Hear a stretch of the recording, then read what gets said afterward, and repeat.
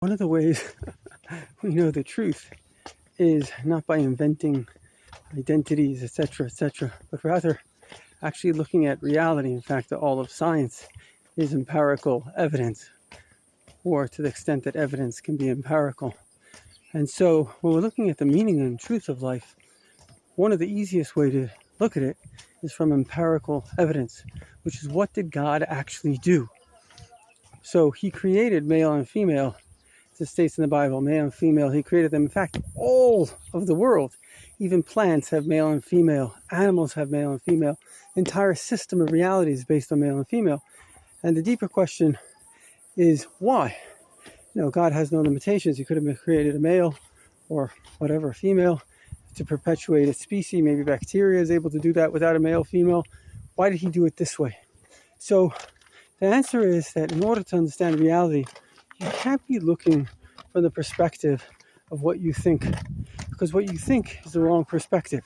That's the man observing, but the observation has to come from before the man, because before the observer in us was the observer in God, which even quantum physics says is the truth. So the question is, what was God observing? He obviously, if you're going to create a city, you have a plan.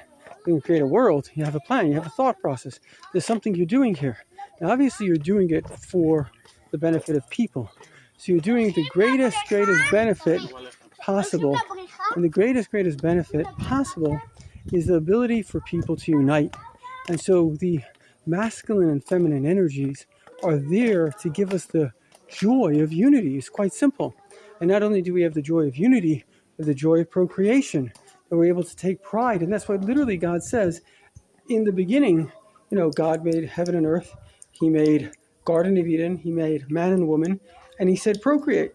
He said, use the world for good things, improve it. But the bottom line is that this is the most important thing that we do, because this creates the unity. Man and woman should abandon their attachments to the father and mother and become one flesh, which is really in their children. This is the ultimate form of unity. And there is no greater unity than people that share a life together, that share children together, that share love together, that share destiny together.